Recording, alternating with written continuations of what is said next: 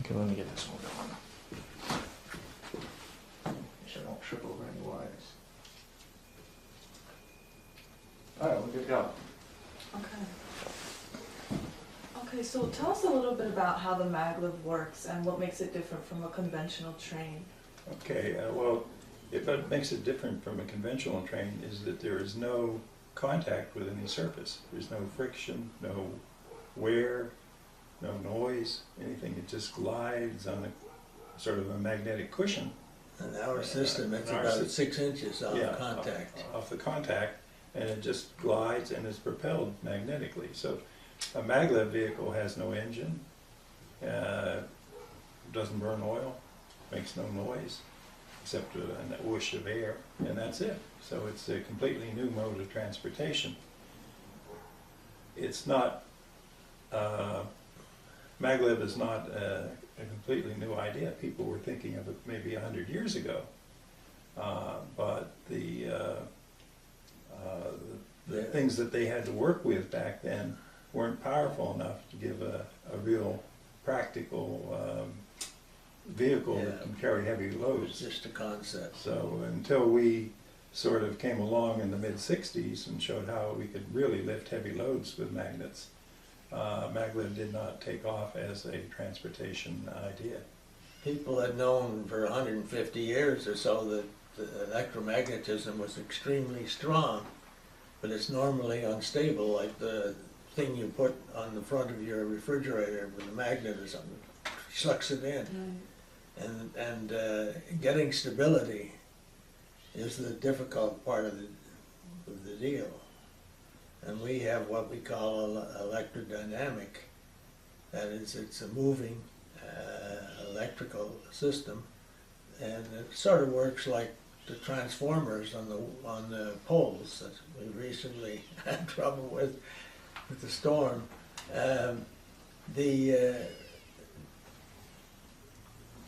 A transformer applies from some source, whether it's a generator or it's a wire up there, a magnetic field into a box in that case, which converts the magnetic field to another one, and therefore you can adjust the strength and the frequency and whether you want to get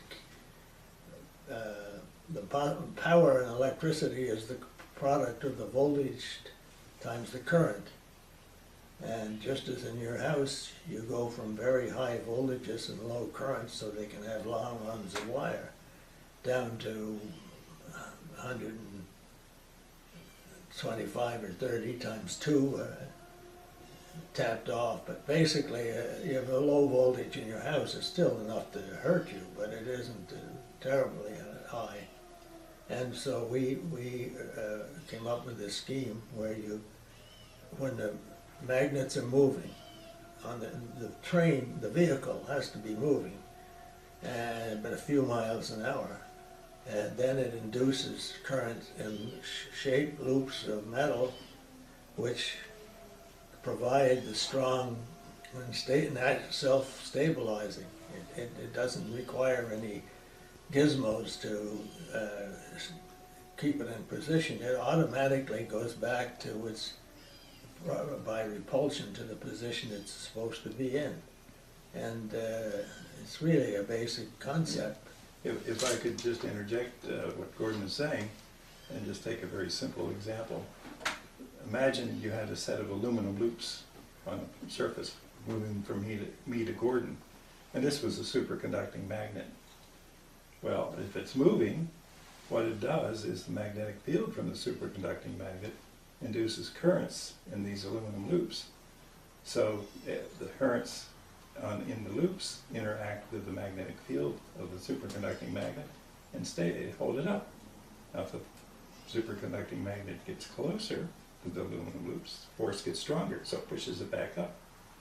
If the superconducting magnet lifts a little bit above its normal equilibrium position, the force gets smaller, so it falls back to its normal equilibrium position. So it's always suspended as it moves along, and it's always stable. And what type of speeds can the maglev reach? It's only limited by air drag. Japanese have gone to 360 miles an hour. Wow. Above that, you're starting to get too much air drag and too much power requirements. There's not much in the Efficient. magnet Right. part of the equation, but just the air drag alone. Pushing it through the air. Now, if you put it in a low pressure tunnel, like some people have proposed, you go 1,000, 2,000 miles an hour. Wow. Going on to escape velocity. But what we have also proposed is putting it in a low pressure, very low pressure tunnel and launching payloads into space. Wow. And doing that, you don't have a rocket, you don't have expensive equipment that you throw away with each launch. You save it, save the equipment. The cost of doing that, right now it costs $5,000 a pound to put something into low Earth orbit. We can do it for $50 a pound. And that'll happen someday. Yeah, that'll happen because it's the way to go. Right. And this technology was developed on Long Island, and not a lot of people know that. When is really the first step of getting it built on the island? Well, let's say, first of all, it was developed on Long Island by Jim and I, but we had been at the lab since the 50s. And the lab was then like a university. And you could do, as long as you did whatever that you'd agreed with them to do, you could do anything else on your own. And so we were the only ones interested in this, so we patented always. Most of the early patents are all expired, but and when it really got in, well, in fact, when it started, Jim and I worked in different areas, but we shared a house in this Great South Bay in East Patchogue. And Jim was interested in this because he was working on transmission lines and that system, and I suggested the transformer induction approach. In any event, we both worked on it for off and on in our spare time for a couple of years because we lived in the same house. And that's, how do you plan that?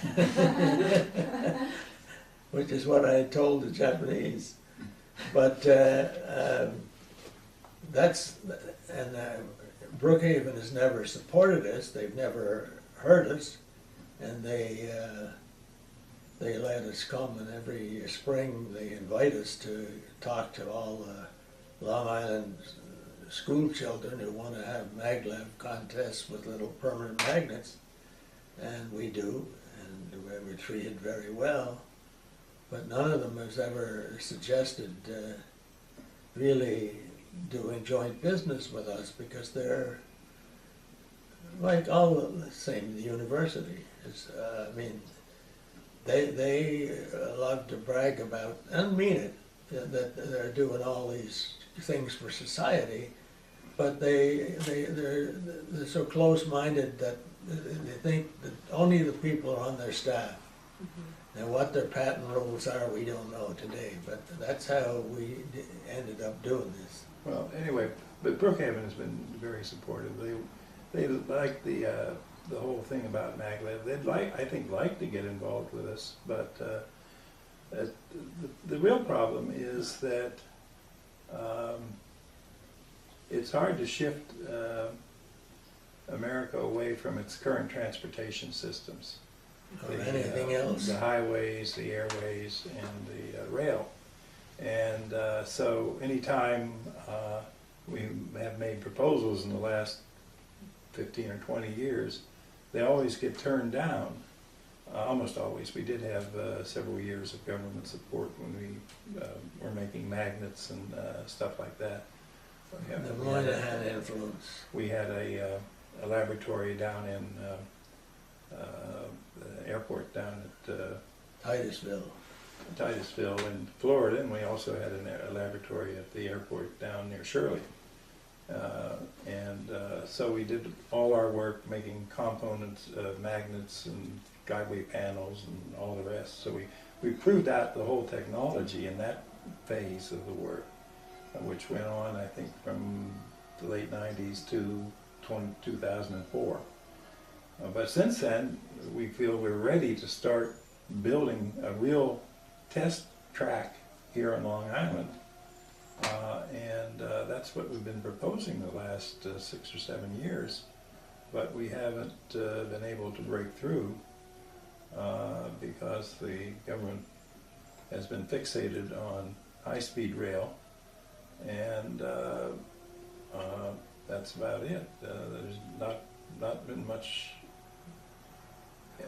movement in the government to really get involved in new technologies. But meanwhile, the Germans, the Japanese, the Koreans, Chinese have been pushing ahead on maglev. When we first got started, the Japanese and the Germans came to see us, and we told them everything we were doing, and the Japanese used it in their system.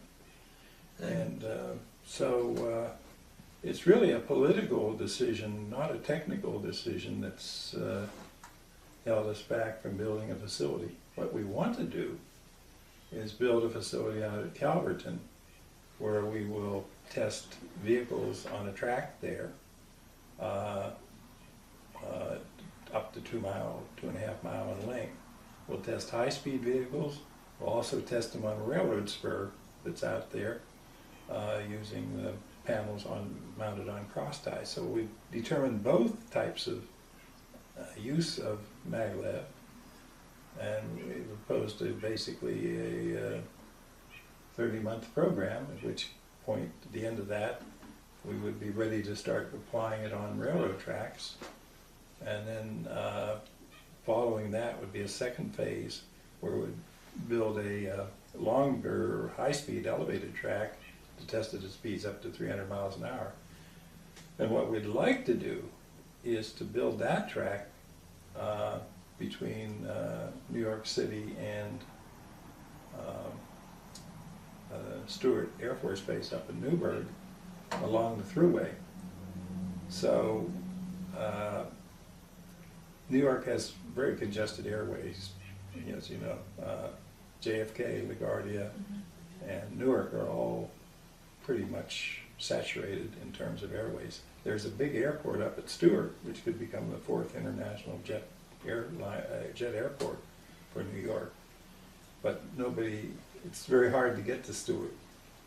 But if you put in a maglev line, and we did a very big study of this for the NYSERDA energy research people, you could get from Grand Central to Stewart in 30 minutes. Wow. And it only cost you $10. Wow. And So, that's the kind of application we can see, and then we could do our testing on that track, long-term testing. You run for several years continuously. What you do is on continual running tests, you have a 25, 30-mile track with end loops, and so you go along the track, go around the end loop, come back, keep going to this. You run continuously, so you prove that the system is reliable and operable at high speeds for long periods without any problems. That's our goal, but so far things are stuck.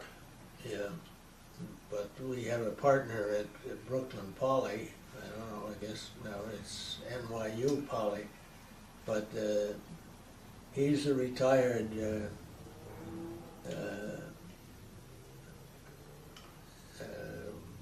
senior guy from the what do you call them, the Corps of Engineers. Corps of Engineers. Very bright guy and a really excellent mechanical engineer, and he has contributed a lot with his students to laying that whole route out and that in detail, and it could be done. Yeah, as I like to say, maglev technology has been proved. That's a given. The Japanese have done basically our first generation system to build it works fine. Very reliable, hundreds of thousands of miles of travel, 100,000 passengers carried.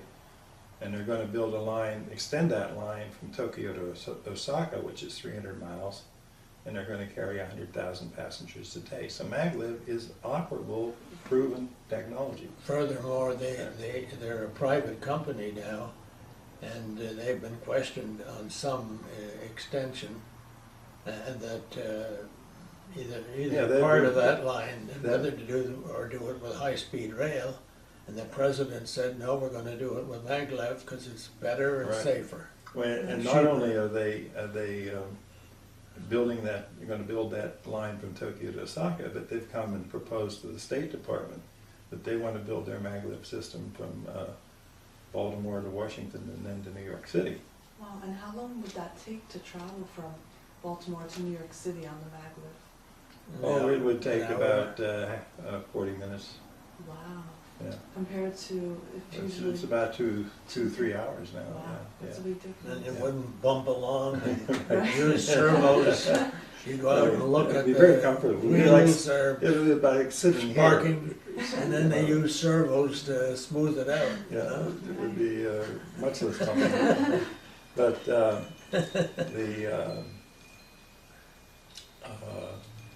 so I was saying that the technology is proven. What we've done is say, look, the Japanese and the Germans have built maglev systems. I'll make an analogy. They're like the old DC-3 back in the 30s. Wonderful technology, great progress, worked nice, but they're not up to making a national system. And so he says, well, how can we improve this technology to make a national maglev network?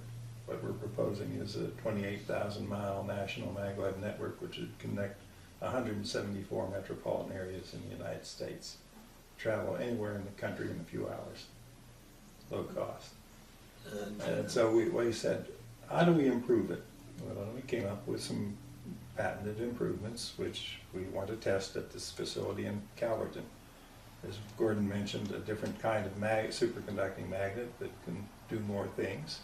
The ability to carry trucks, which the Japanese and the German system cannot carry trucks, they only carry passengers. The ability, They're as too you're going heavy. along high speed, to switch off electronically off to an offline station rather than with a mechanical switch that they have to slow down for. So you can unload at that station and then go back on the main line. Or if you don't want to stop at that station or any other station, you just go straight ahead at high speed. We call that skip stop. Right. And since there are single vehicles, number one can stop here and there, somewhere further on, and number two can stop at the next station and so forth. Right. And so the high average speed is almost as Right. the top speed. So, Right. so then the other new thing that we've done with improving this technology is when you get the 300-mile system, which is built along the 300-mile-per-hour system, which is built along the interstate highways, when you get to a city or a metropolitan area, you got to slow down. You can't go through the metropolitan area at 300 miles an hour. But then you transition to maglev travel on the existing railroad tracks at 50, 70, 100 miles an hour, depending on where you are. So you can go anywhere in that metropolitan area using wherever the existing railroad tracks are. You don't have to build a new guideway. And the Japanese and German system can't do that. So we feel that this system could be... It'll happen someday. Yeah, will be a national Whether we're system. still alive remains to be Yeah. seen. Maybe that's part of the Or whether we plan. buy it from China or make it ourselves. It'd be a choice too. But that's our goal, and that's what we want to test at Calverton, and then ultimately say on the route to Stewart Air Force Base. So, Stewart Airport, not Air Force Base. And that's what we keep proposing. And And then you're free to go east, north, west, so forth. I mean, it's a start on a part of the, at least a regional network. so we've been, saying you can do this, the technology is there, and here are what the benefits are. A, it's going to save a lot of money. We spend, hard to believe this, but we spend $1.5 trillion $1.5 trillion a year on transport in this country. That's 10% of GDP. You throw in another $500 billion due to accidents and deaths on the highways. So you spent $2 trillion on transportation. That's $6,500 per person, man, woman, and child in the United States. You don't see it necessarily because you're paying it, but what you're doing is paying it in the cost of goods that get traveled. And taxes and other things. Yeah, and so, and taxpayer subsidies and stuff like that. We believe with the maglev, we can cut that down by at least $1,000 per person per year. Yeah, can you explain a little bit more about the safety of the maglev? Okay, yes. Excuse me. Hold on a second. I'm sorry. I just want to create a new file here. I just want to state that